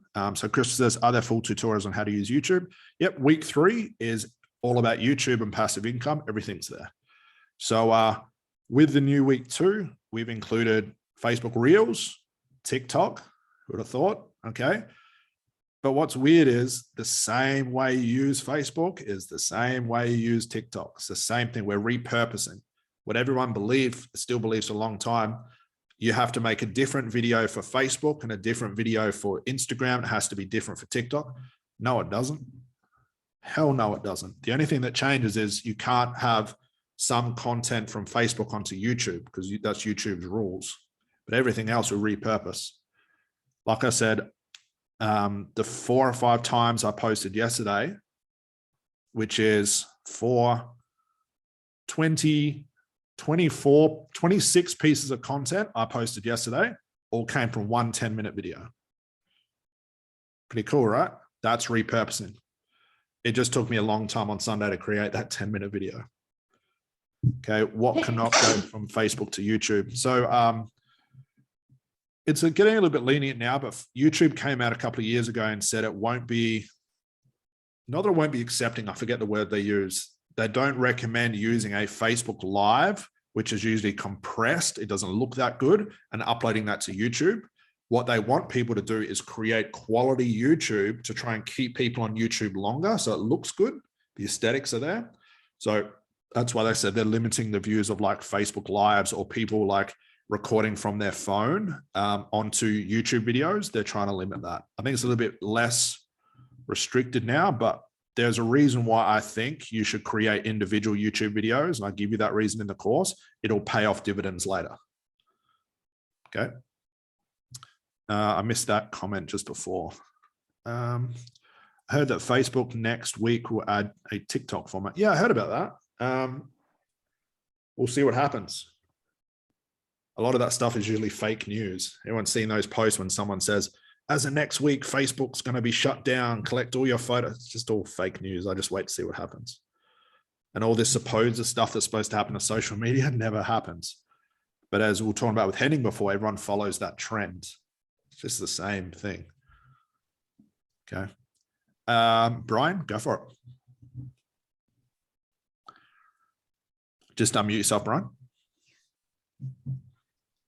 So with the redo of the first 2 weeks, and you said there'll be like a schedule that you can lay out. Would it be adaptable for someone like me who's working a full-time job and only has like a 3-5 hour, between a 3 and 5 hour window to make all this work? Yep, because the key word is schedule. Put it in your schedule. If you've got kids, put it in your schedule.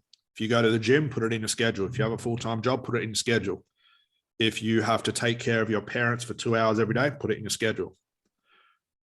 Okay, the worst thing you can do is try and exist in an environment of growing a business without a schedule.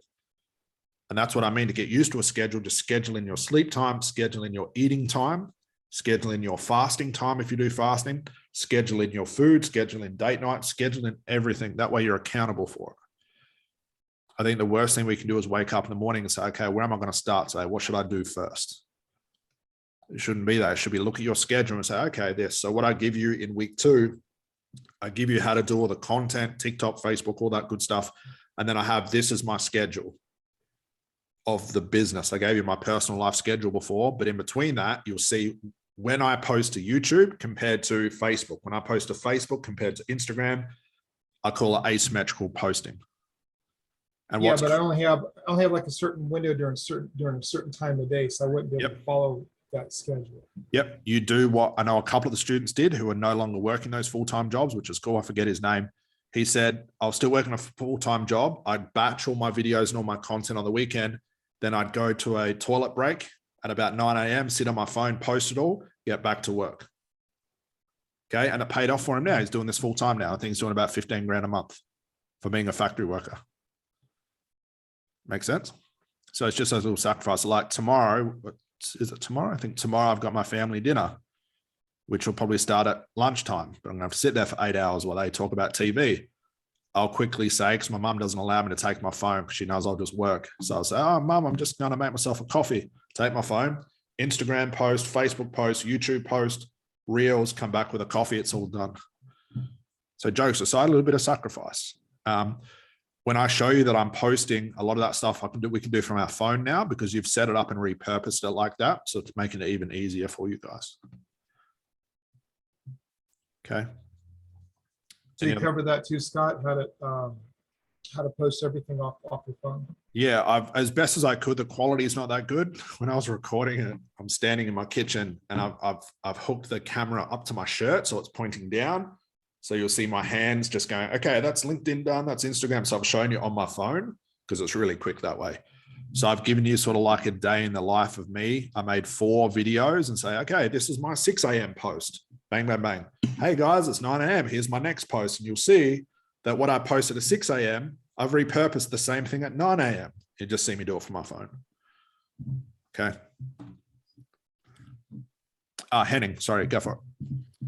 Do you have, as part of the asymmetrical action, do you have some sort of a tracker, or have you had that in the past where you basically you track your activities, your feedback to, to see patterns, to see, hey, what has worked, what was a good week for me, what was a bad week for me, and to therefore course correct? Yeah, absolutely. And the reason the new version of the 100K was because of the correction I had to make. When I boiled everything down, I took away the flash, I took away the hype, I took away the trends. What I noticed, the only thing existed was doing more than everybody else. But what I've thought is, I know you guys don't have all that time. So what I've done is doing more than everybody else, but showing you better ways to repurpose that stuff. So less inputs, compounding output. Does that sort of make sense? Because I believe that's what the program was really missing. Even though I mentioned it, I wasn't articulating it well enough. I wasn't educating you guys on it. So now the attention of the program is, this is what you do. This is how you repurpose. That's really the underpinning for the entire program now. Okay. As far as personal, I'm always judging things based on feedback. Okay. I did 2 hours of cardio today. What was that like? Oh, my sciatica's a bit sore. Let's cut it down to an hour. And that's good. I'm still getting the results. I'm still getting what I want. Sciatica's not sore. Hour's good here. And I'm just judging things like that. Always thinking about those things. Make sense? Okay. So always iterating and changing little things just to try and optimize. As far as automating things, can I train my VAs better? Okay. Do I need to hire one? I actually fired a VA during the week. Not that she wasn't doing anything good, but what I had her doing, it was still quicker for me to do it. So I'm not going to pay her. I took that task back on, and maybe later on when it gets better, I'll pass off to somebody else. Food delivery, that's quick. It's automated. Eating the same food every day. I'm always looking for that feedback. I'm always looking for places where I'm wasting a lot of time. Okay. Like I said, if there was one big thing to take away from today, you've got to find those places where you're wasting time. Who can already see where a lot of time is spent on all the wrong things? Who can see that in their schedule? You want to eliminate those things. You got to be honest with yourself. You do not need to watch Game of Thrones. It's not going to ruin your life. Watch it later when you retire, because you're coasting off all the money you made when you made that sacrifice now. That makes sense? To appease my mother when she kept asking me, messaging me every 15 minutes, what do you want to eat? And I just said, you pick, I'll eat it. It's not going to make any difference to me. It's all the same. It's just food. Okay. Jokes aside, that's those little decisions you can make.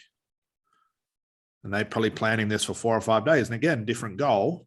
Man, it's 4 or 5 hours worth of days of thinking on something that's not going to matter to an extent. Okay. Carl, go for it.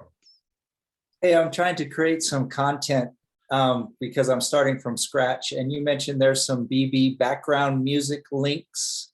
And I haven't been able to find it. I think I might have kind of skipped over it. Yeah. So that's a part of the, there's the additional content in the 100K. I believe it's definitely the end of the program. I can't remember what I call like extra content or something like that. In the ACH, it's extra masterclasses, but it's in the how to create hypnotic audios for your clients. It's in there somewhere, the audio links there. Great. And that's another thing on places like, I'll give an example, like the trend thing, TikTok. Okay. So everyone says, upload the video. You've got to have that real compelling music. It's got to be about the music. It's got to be what music is trending and stuff. I don't even have the volume on my phone. Whatever automatic song shows up for that post, because it automatically gives you one, that'll fucking do. Press post, move on. It makes no difference whatsoever. Short term, and maybe, sure, someone will sell you a course that says it has to be this, it has to be that. But what's the long-term effect? What's the only thing that matters? Content. Does that make sense? It's all those little things you've got to catch. Okay. Any other thoughts or questions, guys? We've got about 5 or 10 minutes before I move on to my strategy call. This will be uploaded. Also, what I've done for the 100K as well, guys, because there's so many masterclasses that spend a few hours just on one subject, what I've done is, let's say in week 1, this video will be covered. I'll put it as a masterclass. I'll give you a brief description on the actual instructional video. Then I'll say below, there's a 5-hour masterclass just on sales. If you want to dive more into sales, more than what I've given you, watch the masterclass instead. So you've got that option. It's just going to save some time for you guys. That'll all be explained anyway. Any other questions, guys? Yell them out. Has this been helpful? Made sense? Your superpower should be how to make decisions that'll make you more money than any other type of marketing strategy I could teach you.